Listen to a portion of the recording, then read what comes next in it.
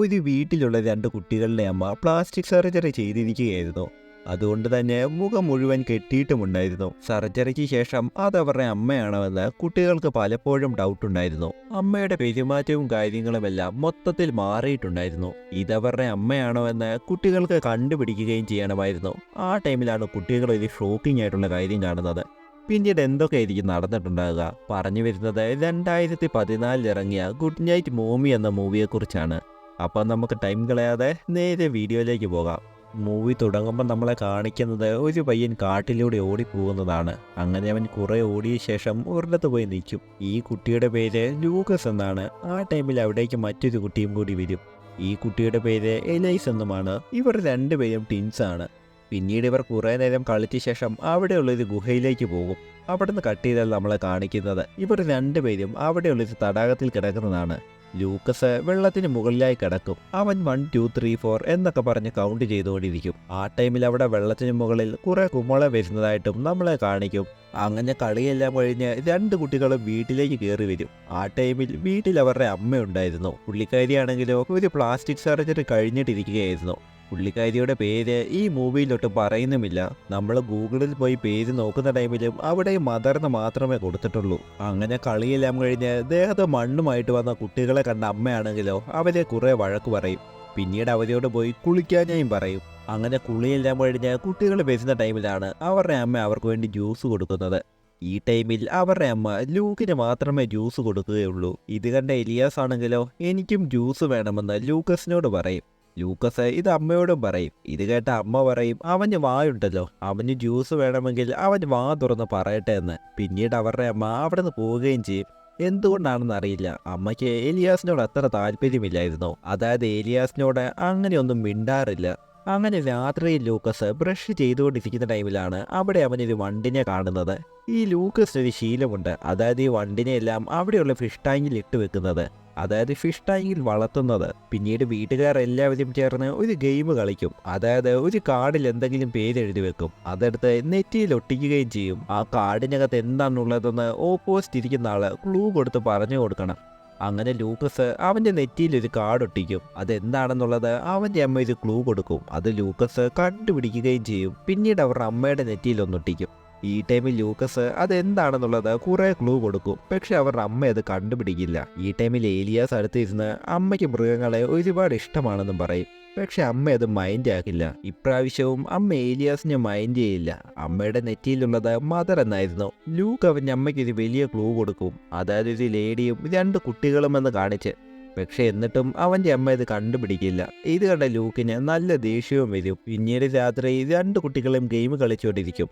ആ ടൈമിൽ അവരുടെ അമ്മ എവിടേക്ക് വന്നിട്ട് ഫോൺ പിടിച്ചു വാങ്ങിയ ശേഷം ഇനി ഗെയിം കളിക്കണ്ടെന്നും പറയും. അതോടൊപ്പം തന്നെ അമ്മയുടെ സർജറി കഴിഞ്ഞതുകൊണ്ട് പുറത്തേക്കൊന്നും ഇറങ്ങാൻ പറ്റില്ലെന്നും, നിങ്ങൾ കളിക്കാൻ പോകുമ്പോൾ കുറെ ദൂരമൊന്നും കളിക്കാൻ പോകല്ലെന്നും, വീട് ക്ലീൻ ആയിട്ട് വെക്കണമെന്നും, പുറത്തുനിന്നുള്ള കണ്ട മൃഗങ്ങളെ ഒന്നും ഇങ്ങോട്ടേക്ക് കൊണ്ടുവരില്ലെന്നും പറയും. അതോടൊപ്പം തന്നെ പ്രധാനമായിട്ട് എന്നെ ആരെങ്കിലും കാണാൻ വന്നാൽ എനിക്ക് സുഖമില്ലെന്നും ഉറക്കമാണെന്നും പറഞ്ഞേക്കണമെന്ന് അമ്മ കുട്ടികളോട് പറയും. അതായത് വളരെ ദേഷ്യത്തിലാണ് പറയുന്നത്. പിന്നീട് കുട്ടികൾ രണ്ടുപേരും രാത്രി ബെഡ്ഷീറ്റിനകത്തേക്ക് കയറിയ ശേഷം പറയും അമ്മയ്ക്ക് എന്തൊക്കെയോ മാറ്റങ്ങളുണ്ട്. പണ്ടൊട്ടും ദേഷ്യപ്പെടാത്ത അമ്മ ഇപ്പോൾ ചെറിയ കാര്യങ്ങൾക്കാണ് ദേഷ്യപ്പെടുന്നത്. എന്തൊക്കെയോ മാറ്റങ്ങൾ സംഭവിച്ചിട്ടുണ്ടെന്ന് കുട്ടികൾ പറയും. കുറച്ച് കഴിയുമ്പോൾ ലൂക്ക് അവിടെ നിന്ന് എഴുന്നേറ്റ് അമ്മയുടെ റൂമിലേക്ക് പോവുകയും ചെയ്യും. ആ ടൈമിൽ അമ്മ എന്തോ ക്രീം തേച്ചുകൊണ്ടിരിക്കുകയായിരുന്നു.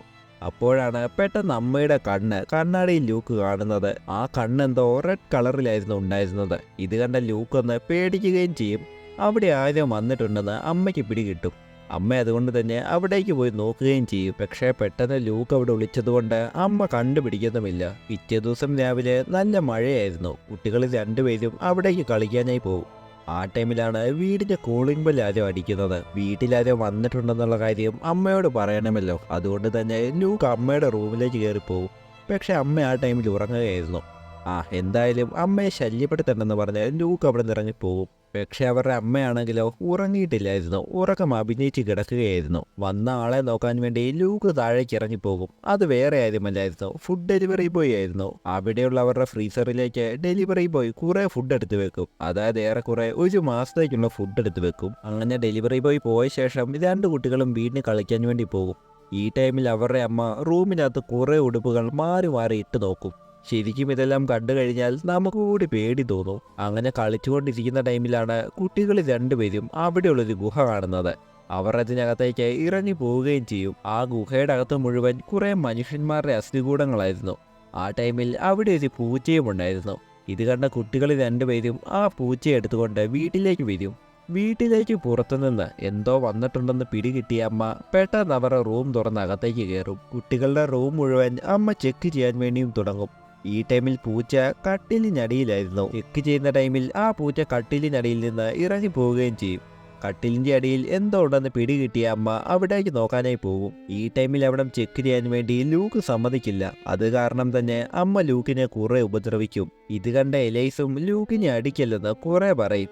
ആ ടൈമിൽ അമ്മ ആ റൂം വിട്ട് പുറത്തേക്ക് പോവുകയും ചെയ്യും. പിന്നീട് രാത്രിയാകുമ്പോൾ കുട്ടികൾ രണ്ടുപേരും വീടിന് മുകളിൽ നോക്കി നിൽക്കും.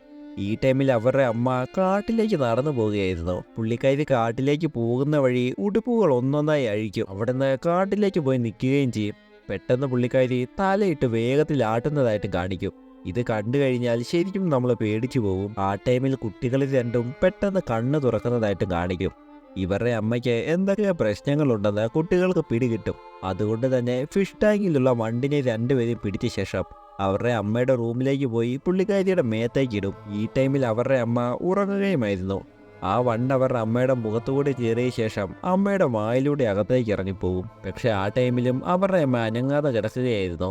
അങ്ങനെ പിറ്റേ ദിവസം എലൈസ് പിയാനോ വായിച്ചുകൊണ്ടിരിക്കും. അവരുടെ അമ്മ പുറത്ത് എന്തൊക്കെയോ പണിയും ചെയ്തുകൊണ്ടിരിക്കും. ഈ ടൈമിൽ ലൂക്ക് ലെൻസ് വെച്ച് തീ ഉണ്ടാക്കിക്കൊണ്ടിരിക്കുകയായിരുന്നു. പിന്നീട് കുട്ടികൾ വീട്ടിലേക്ക് നോക്കുമ്പോഴാണ് കാണുന്നത് അവിടെ കുട്ടികളുടെ ഫോട്ടോ മാത്രം ഉണ്ടായിരുന്നുള്ളൂ. അവരുടെ അമ്മയുടെ ഒറ്റ ഫോട്ടോ പോലും ഇല്ലായിരുന്നു.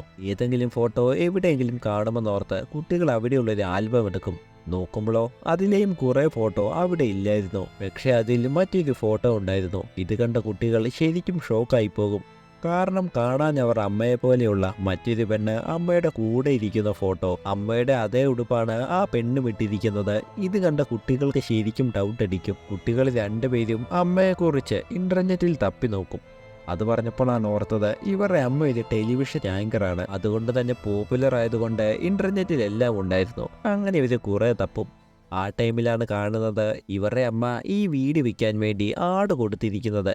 ഇത് കാണുമ്പോൾ കുട്ടികൾ ഉറപ്പിക്കും ഇതിവരുടെ അമ്മയല്ലെന്നും ഇതാരാണെന്ന് നമുക്ക് കണ്ടുപിടിക്കണമെന്നും. അതുകൊണ്ട് തന്നെ കുട്ടികൾ അമ്മയുടെ ബെഡിനടിയിൽ ഒരു വാക്കി ടോക്കി വെക്കും. മറ്റൊരെണ്ണം കുട്ടികളുടെ കയ്യിലും വെക്കും. അമ്മയുടെ മുറിയിൽ എന്ത് നടന്നാലും കുട്ടികൾക്ക് അറിയണമായിരുന്നു. അങ്ങനെ പിന്നീട് കുട്ടികൾ കഴിഞ്ഞിടയ്ക്ക് വീട്ടിലേക്ക് കൊണ്ടുവന്ന ആ പൂച്ചയെ അന്വേഷിക്കും. പിന്നീടാണ് ആ പൂച്ച അവിടെ ചത്തു കിടക്കുന്നത് കുട്ടികൾ കാണുന്നത്. ഇത് വേറെ ആരുമല്ല ചെയ്തത്, ഇത് അവളാണ് ചെയ്തത്. അവളൊരു പിശാചാണ് എന്നൊക്കെ കുട്ടികൾ അമ്മയെക്കുറിച്ച് പറയും. പിന്നീട് കുട്ടികൾ രണ്ടുപേരും ആ പൂച്ചയെ കുഴിച്ചിടാതെ അവിടെയുള്ള ഫിഷ് ടാങ്കിലെ വണ്ടുകളെല്ലാം എടുത്തു മാറ്റിയ ശേഷം എന്തോ കെമിക്കൽ അതിലേക്ക് ഒഴിച്ച് ആ പൂച്ചയെ അതിലിട്ട് വെക്കും. പിന്നീടാണ് അവരുടെ അമ്മ ഇത് കണ്ടുപിടിക്കുന്നത്. കണ്ടുപിടിച്ച അമ്മയാണെങ്കിലോ ദേഷ്യത്തോടെ ലൂക്കിനോട് ഈ കാര്യം ചോദിക്കും. ഇത് കേട്ട ലൂക്ക് നിങ്ങൾ എൻ്റെ അമ്മയല്ലെന്ന് പറയും. ദേഷ്യത്തോടെ അമ്മ അവനെ കുറെ അടിക്കും. റൂമിലേക്ക് വലിച്ചുകൊണ്ട് പോകും. ഈ ടൈമിൽ ലൂക്ക് പറയും എൻ്റെ അമ്മയുടെ കവളിലൊരു മറുകൊണ്ട് നിങ്ങൾ അതൊന്ന് കാണിച്ചതെന്ന്. ദേഷ്യം വന്ന അമ്മ വീണ്ടും റൂമിലേക്ക് കൊണ്ടുപോയ ശേഷം റൂമിലിട്ട് അവനെ ഉപദ്രവിക്കും. വെളിയിൽ നിന്ന് എലൈസും ലൂക്കിനെ വിടാൻ പറഞ്ഞ് കുറെ ബഹളം വെക്കും. പിന്നീട് അമ്മ അവിടെ നിന്ന് പോവുകയും ചെയ്യും. അമ്മ പോയ ശേഷം എലൈസ് ലൂക്കിനോട് പറയും എന്താണ് അമ്മ ഇത്രയും നമ്മളെ അടിച്ചത്? അമ്മ ഇതുവരെ നമ്മളെ ഇതുപോലെ അടിച്ചിട്ടില്ല. ഇത് ഉറപ്പായിട്ടും നമ്മുടെ അമ്മയല്ലെന്നും എലൈസ് പറയും. അതോടൊപ്പം ഇനി അടിക്കുമ്പോൾ വേദന ഉണ്ടാകാതിരിക്കാൻ രണ്ടുപേരും രണ്ടുപേരെയും മുഖത്തിട്ട് അടിക്കുകയും ചെയ്യും. അതായത് രണ്ടുപേരും മുഖത്തടിച്ച് ശീലിക്കും. ഇതുമാത്രമല്ല അവരുടെ അമ്മയെ കൊലപ്പെടുത്താൻ വേണ്ടി രണ്ടു കുട്ടികളും കുറെ കാര്യങ്ങളും ചെയ്യും. പെൻസില് കൂർപ്പിക്കുകയും പിന്നീട് അമ്പും വില്ലും പോലെ എന്തൊക്കെ ഉണ്ടാക്കുകയും ചെയ്യും. രണ്ടുപേരും രാത്രി ഉറക്കളച്ചിരിക്കും. ആ ടൈമിലാണ് പെട്ടെന്ന് ലൂക്ക് കണ്ണു തുറക്കുന്നത്. ലൂക്ക് അവിടെ നിന്ന് എഴുന്നേറ്റ് അമ്മയുടെ റൂമിലേക്കും പോകും. അവിടെ ചെന്ന് അവൻ അമ്മയുടെ വയറ് കയറി നോക്കും. ആ ടൈമിൽ വയറ്റിൽ നിന്ന് കുറെ വണ്ടുകൾ ഇറങ്ങി വരും. പെട്ടെന്നാണ് ലൂക്ക് കണ്ണു തുറക്കുന്നത്. കാരണം ഇതെല്ലാം അവൻ്റെ സ്വപ്നമായിരുന്നു. പിറ്റേ ദിവസം രണ്ടുപേരും അമ്മയ്ക്ക് അവരെ കൺഫ്യൂഷൻ അടിക്കാൻ വേണ്ടി ഒരേപോലെ മുടി വെട്ടുകയും ഉടുപ്പിടുകയും ചെയ്യും. അങ്ങനെ എല്ലാം റെഡിയായിരിക്കുമ്പോഴാണ് അവരുടെ അമ്മ പെട്ടെന്ന് റൂമിലേക്ക് എത്തുന്നത്. നോക്കുമ്പോഴോ മുഖത്തെ കെട്ടെല്ലാം അഴിച്ചിട്ടുണ്ടായിരുന്നു. ഇപ്പോൾ കാണാൻ അത്യാവശ്യം നന്നായിട്ടുമുണ്ട്.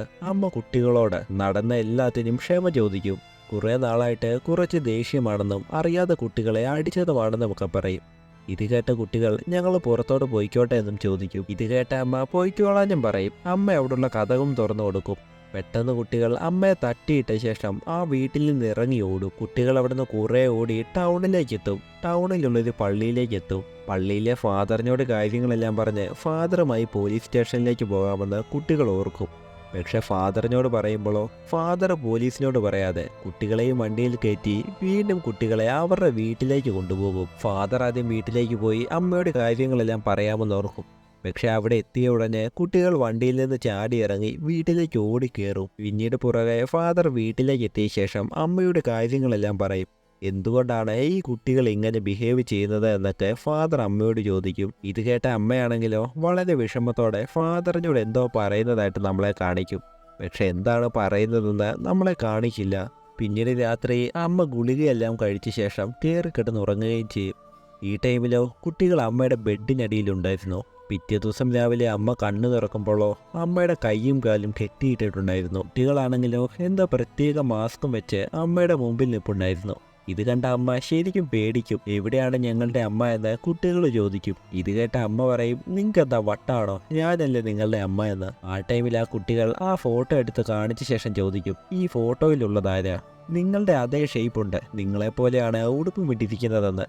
ഇത് കേട്ട അമ്മ പറയും, അതെൻ്റെ ഒരു ഫ്രണ്ടാണ്, ഏറെക്കുറെ കാണാൻ എന്നെപ്പോലെയാണ്, ഞങ്ങൾ ഉടുപ്പും ഒരേപോലെയാണ് ഇടാറുള്ളതെന്ന്. പക്ഷേ ഇതൊക്കെ കേട്ട കുട്ടികളോ അതൊന്നും വിശ്വസിക്കത്തുമില്ല.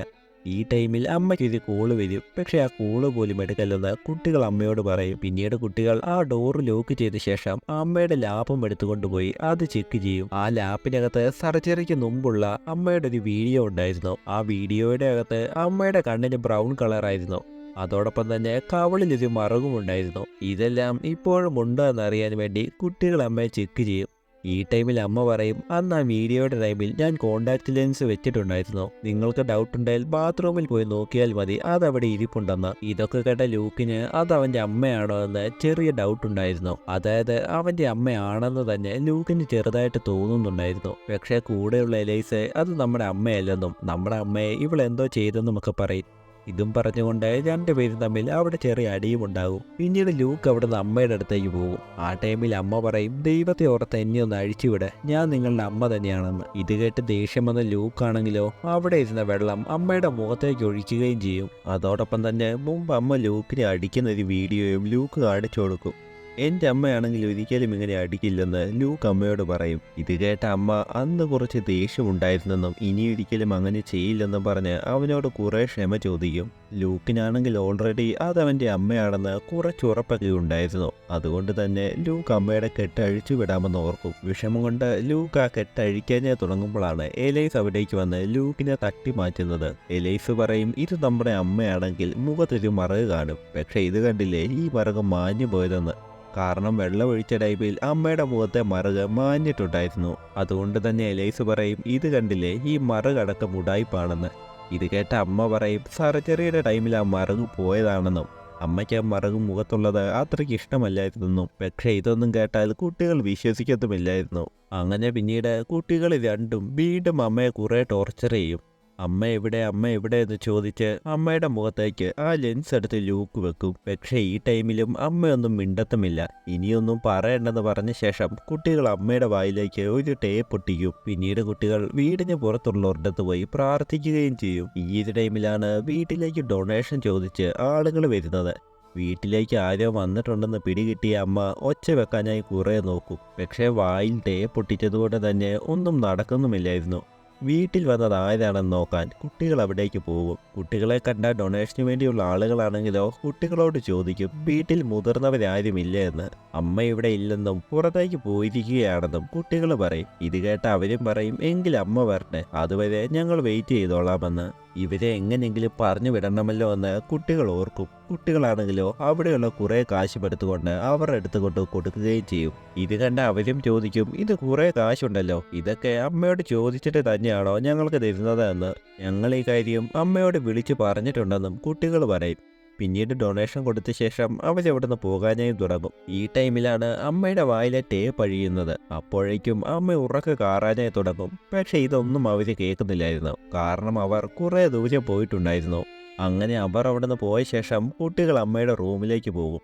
ഈ ടേപ്പ് ഒട്ടിച്ചത് കൊണ്ടല്ലേ ബഹളം വെച്ചത്, ഇനിയിപ്പോൾ പശ തേക്കാമെന്ന് പറഞ്ഞ് കുട്ടികൾ അമ്മയുടെ വായിലേക്ക് പശ തേച്ച് വെക്കും. ഇപ്പോഴമ്മയ്ക്ക് വാ കുറച്ചു പോലും തുറക്കാൻ പറ്റാത്ത അവസ്ഥയാകും. പിന്നീട് രാത്രിയാകുമ്പോൾ കുട്ടികൾ രണ്ടുപേരും ഫുഡ് കഴിക്കും. അമ്മയ്ക്കും എന്തെങ്കിലും കൊടുക്കാമെന്ന് പറഞ്ഞ് കുട്ടികൾ ഫുഡുമായി മുകളിലേക്ക് വരും. അമ്മയുടെ വാ ഒട്ടിച്ചതുകൊണ്ട് തന്നെ ഫുഡ് കൊടുക്കാൻ വേണ്ടി കുട്ടികൾ കത്രിക എടുത്ത് അമ്മയുടെ വാ മുറിക്കും. ഈ ടൈപ്പിൽ പശയുടെ കൂടെ അമ്മയുടെ ചെറിയും മുറിയും. വായിൽ നിന്നാണെങ്കിലോ കുറെ ബ്ലഡും പോകുന്നുണ്ടായിരുന്നു. പക്ഷെ ഈ ടൈമിലും കുട്ടികൾ അമ്മ എവിടെ എന്നാണ് ചോദിച്ചത്. അത്രയും ടൈം അവിടെ കിടന്നതുകൊണ്ട് തന്നെ അമ്മ ബെഡിലേക്ക് മൂത്രമൊഴിക്കും. ഒരു വഴിയുമില്ലാതെ ബെഡ് ക്ലീൻ ചെയ്യാമെന്നോർത്ത് കുട്ടികൾ അമ്മയുടെ കെട്ടഴിച്ചു വിടും. ആ ടൈമിലാണ് ഈ ഗ്യാപ്പ് നോക്കി തന്നെ അമ്മ അവിടെ നിന്ന് ഇറങ്ങി ഓടുന്നത്. പക്ഷെ അമ്മയ്ക്ക് കുറെ ഓടാൻ പറ്റില്ലായിരുന്നു, കാരണം കുട്ടികൾ അവിടെ ട്രാപ്പ് വെച്ചിട്ടുണ്ടായിരുന്നു. അമ്മ പുറത്തേക്ക് ഓടാൻ നോക്കുമ്പോഴാണ് അവിടെയുള്ള വള്ളിയിൽ തട്ടി അമ്മ അവിടെ വീഴുന്നത്. വീഴുമ്പോൾ തന്നെ അമ്മയുടെ ബോധം പോവുകയും ചെയ്യും. പിന്നീട് കുറച്ച് ടൈം കഴിഞ്ഞ് അമ്മ കണ്ണു തുറക്കുന്നതാണ് കാണിക്കുന്നത്. നോക്കുമ്പോഴോ അമ്മയുടെ അടുത്ത് മുഴുവൻ കുറെ ക്യാൻഡിലുണ്ടായിരുന്നു. വീണ്ടും ലൂക്ക് ആ മുഖംമൂടിയും വെച്ച് നിൽക്കുകയായിരുന്നു. വീണ്ടും അമ്മ എവിടെ എന്ന് അവൻ ചോദിക്കും. ഈ ടൈമിലാണ് അമ്മ ഷോക്കിംഗ് ആയിട്ടുള്ള കാര്യം പറയുന്നത്, ട്വിസ്റ്റ് പറയുന്നത്. അതായത് നിന്റെ ബ്രദർ എലൈസ് മരണപ്പെട്ടു പോയതാണെന്ന്. എലൈസ് മരണപ്പെട്ടിട്ട് കുറെ നാളുകളായെന്നും അവൻ മരണപ്പെടാൻ നീ കാരണമല്ലെന്നും പക്ഷെ അവൻ നിന്റെ കൂടെ ഉള്ളതായിട്ട് നിനക്ക് തോന്നുകയാണെന്നും അമ്മ പറയും. ഇത് കേട്ട ലൂക്ക് പറയും, നിങ്ങൾ എന്തൊക്കെയായി പറയുന്നത്? ഇവിടെ നിൽക്കുന്ന എലൈസിനെ നിങ്ങൾക്ക് കാണാൻ കഴിയുന്നില്ല എന്ന്. ഇത് കേട്ട അമ്മ പറയും, അവനെ എനിക്ക് കാണാൻ കഴിയില്ല, കാരണം അവൻ മരണപ്പെട്ടുവെന്ന്. എലൈസിനെ കാണാൻ കഴിയുന്നില്ലെങ്കിൽ നിങ്ങളൊരു അമ്മയല്ലെന്നും അതുകൊണ്ട് ഈ വീട് ഞാൻ കത്തിക്കുമെന്നും ലൂക്ക് പറയും. അപ്പോൾ തന്നെ ലൂക്ക് ആ വീടിന് തീ വയ്ക്കാനും തുടങ്ങും. വീട് അത്യാവശ്യം കുറേ കത്തും. ആ ടൈമിലാണ് ആ പൂച്ചയെ ഇട്ട് വെച്ച ഫിഷ് ടാങ്കിലെ കെമിക്കലിലേക്ക് തീ കയറി പിടിക്കുന്നത്. പെട്ടെന്ന് തീ ആളി കത്തുകയും അമ്മയുടെ മേത്തേക്ക് കയറി പിടിക്കുകയും ചെയ്യും. അങ്ങനെ അമ്മ തീ കത്തി അവിടെ വെച്ച് തന്നെ മരണപ്പെടുകയും ചെയ്യും. പിന്നീട് അവിടേക്ക് ആളുകളും ഫയർഫോഴ്സും എല്ലാം എത്തും. ഈ ടൈമിലാണെങ്കിലോ ലൂക്കസും എലൈസും അവിടെ നിന്ന് കാട്ടിലേക്ക് ഓടിപ്പോയിട്ടുണ്ടായിരുന്നു. കുറെ ഓടിയ ശേഷമാണ് കുട്ടികൾ അവരുടെ അമ്മയെ കാണുന്നത്. കണ്ട ഉടനെ കുട്ടികൾ അമ്മയുടെ അടുത്തേക്കും പോകും. അമ്മ രണ്ടു കുട്ടികളെയും കെട്ടിപ്പിടിച്ച ശേഷം 3 പേരും ആ തീ കത്തുന്ന വീട്ടിലേക്ക് നോക്കി നിൽക്കുകയും ചെയ്യും. അങ്ങനെ ഇതോടെ ഈ മൂവിയും തീരും. ഇതുവരെയുള്ള കാര്യങ്ങളെല്ലാം എന്താണെന്ന് നിങ്ങൾക്കൊന്നും പിടികിട്ടിയിട്ടുണ്ടാകില്ല. ശരിക്കും ഇവിടെ എന്തൊക്കെയാണ് നടന്നതെന്ന് നമുക്കൊന്ന് നോക്കിയാലോ. അതായത് എലൈസ് എന്നൊരു പയ്യൻ ശരിക്കും അവിടെ ഇല്ല. ഇതെല്ലാം ലൂക്കിൻ്റെ ഒരു തോന്നലായിരുന്നു. അതായത് എലൈസുമായിട്ട് തുടക്കം കളിക്കുന്നതായിട്ടും അവനുമായിട്ട് കിടക്കുന്നതായിട്ടും എല്ലാം. എലൈസ് അവിടെ ഇല്ലെന്നുള്ള കാര്യം അമ്മയ്ക്കും അറിയാമായിരുന്നു. ഈ കാര്യം അമ്മ ലൂക്കിനോട് പറയാത്തതാണ്. തുടക്കം ജ്യൂസ് ചോദിക്കുന്ന ടൈമിലും ഗെയിം കളിക്കുന്ന ടൈമിലുമൊക്കെ അവിടെ എലൈസേ ഇല്ലായിരുന്നു. പക്ഷേ ഈ കാര്യങ്ങളെല്ലാം ഒരു വഴിയുമില്ലാതെ അമ്മയ്ക്ക് ലൂക്കിനോട് ഒടുവിൽ പറയേണ്ടിയും വരും. അമ്മയുടെ മുഖത്തെ ആ മറുക സർജറി കാരണം പോയതാണെന്നും കണ്ണിന്റെ കളറിന്റെ കാര്യങ്ങളുമെല്ലാം അമ്മ പറഞ്ഞത് ശരിക്കും ഉള്ളതായിരുന്നു. എല്ലാ കാര്യങ്ങളും ലൂക്കാണ് തെറ്റായിട്ട് ഓർത്ത് അവന്റെ അമ്മയെ കൊലപ്പെടുത്തിയത്. മൂവിയുടെ ഒടുവിൽ രണ്ടുപേരും അമ്മയുടെ കൂടെ നിൽക്കുന്നതായിട്ട് കണ്ടതും ലൂക്കിന് തോന്നിയതായിരുന്നു. ഇങ്ങനെയൊക്കെയാണെങ്കിലും ആ എലൈസ് എങ്ങനെയായിരിക്കും മരണപ്പെട്ടിട്ടുണ്ടാകുക? അതും നമ്മുടെ ഈ മൂവിയിൽ തന്നെ കാണിക്കുന്നുണ്ട്. അതായത് മൂവിയുടെ തുടക്കം രണ്ടുപേരും വെള്ളത്തിൽ ഇറങ്ങുന്നതായിട്ട് കാണിക്കുന്നുണ്ടല്ലോ. ലൂക്കാണെങ്കിലോ വെള്ളത്തിന് മുകളിൽ കിടന്ന് കൗണ്ട് ചെയ്തുകൊണ്ടിരിക്കും. ആ ടൈമിൽ തന്നെ തൊട്ടടുത്ത് വെള്ളത്തിന് മുകളിൽ കുമള പൊങ്ങുന്നതായിട്ടും കാണിക്കും. കാരണം എലൈസ് വെള്ളത്തിൽ മുങ്ങി മരണപ്പെട്ടിട്ടുണ്ടായിരുന്നു. ഇതെല്ലാം ഡയറക്ടർ നമ്മളെ സിംബോളിക് ആയിട്ടാണ് കാണിച്ചത്. അപ്പോൾ ഈ വീഡിയോ എങ്ങനെയുണ്ടായിരുന്നു എന്നുള്ളത് നിങ്ങൾ മറക്കാതെ കമൻറ്റ് ചെയ്യണം. അതോടൊപ്പം തന്നെ ഈ വീഡിയോ ലൈക്കും ചാനലൊന്ന് മറക്കാതെ സബ്സ്ക്രൈബും ചെയ്തേക്കണേ.